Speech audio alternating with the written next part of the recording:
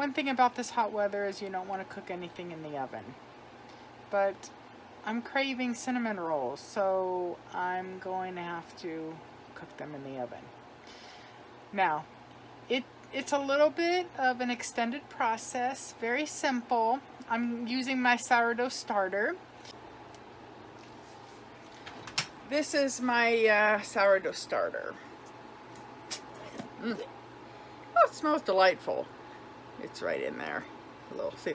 But about once a week, you take some of this out and you put some flour, and like if there's like a half a cup left in the bottom, I put a half a cup of flour and a half a cup of water, and that keeps it alive and fed. Now if I decide to use it, let me put that back in the refrigerator. This will last forever. I mean, you just have to keep feeding it once a week, and I've seen online that people forget to feed theirs for a month or two and it still comes alive. But anyway, when you want to use it, you always want to make sure you have some spare in case some goes bad or something, which nothing has gone bad yet today for me.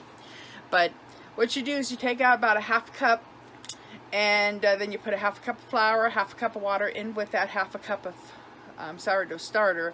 You sit it on your counter and you wait for about 12 to 24 hours, and it'll start bubbling again and coming alive, because in the refrigerator it's kind of dormant.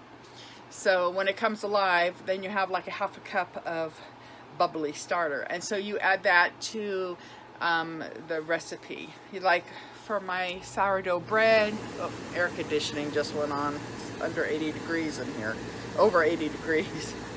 But like for sourdough bread, it's really simple. You just put sourdough starter and flour and water, and that's how you make a delicious sourdough starter. Now for the cinnamon rolls, it's a softer kind of bread, so that's why you add flour and milk and butter and stuff like that.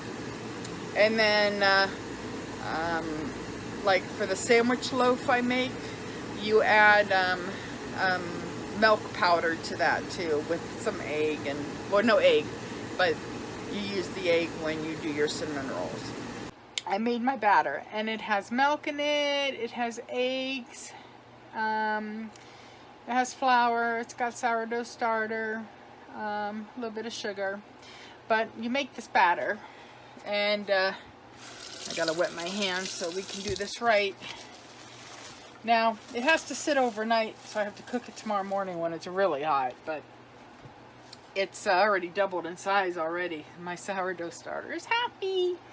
But to make the cinnamon rolls extra nice and fluffy and yummy, you have to fold the batter every 30 minutes for a few hours. So it's about midnight now, so I'm going to fold it one more time and then just let it sit overnight. This is how you fold it. You got to wet your hands a little bit or else it'll stick. So you kind of just like get it ready. Now you pull one side up like that and you fold it over, and then you turn it 1/4 of a turn and you lift it up and you fold it over. And what this is doing is it's mixing the glutens into the batter or the bread dough, so it's extra puffy and yummy. So one more time, flip it, and then I just kind of like put it to the other side, and I put it down like that, and then I wet my hands to get it all nice and clean.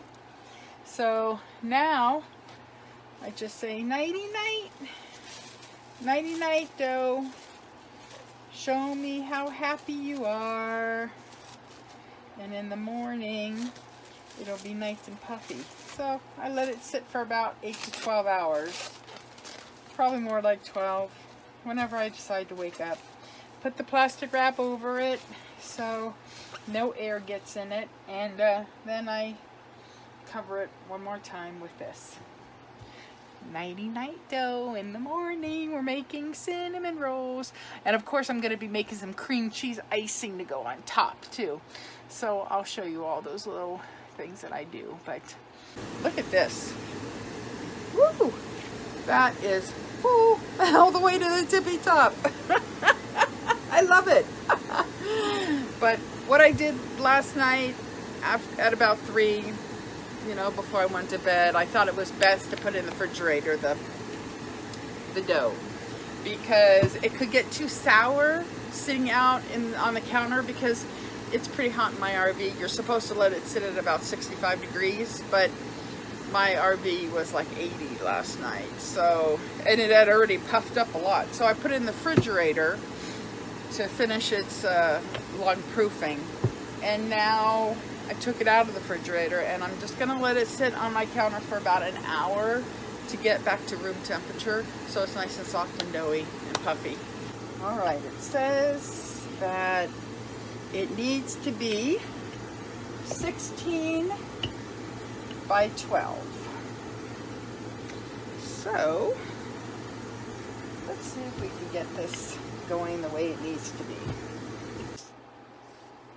Almost 16, and that's at 12. Let's put on the butter. 2 tablespoons of butter.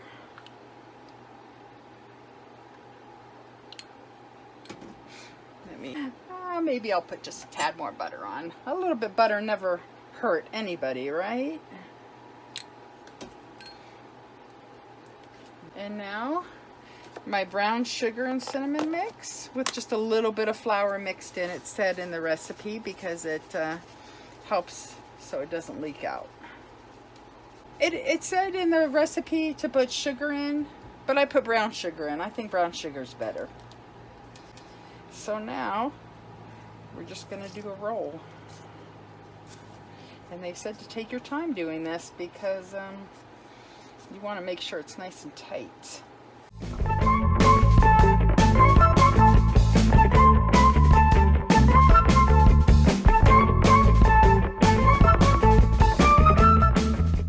Now, one of the things they said in the recipe is to scrunch up your paper before you put it, the parchment, before you put it in here, because it makes it fit better. And I'm telling you, it really does. It's a good thing to think about. Okay, so now I'm just going to put my cinnamon rolls in here. Cinnamon rolls in. Now I just let them, cover them, and let them sit and be happy for about an hour until they puff up. And then we'll put them in the oven.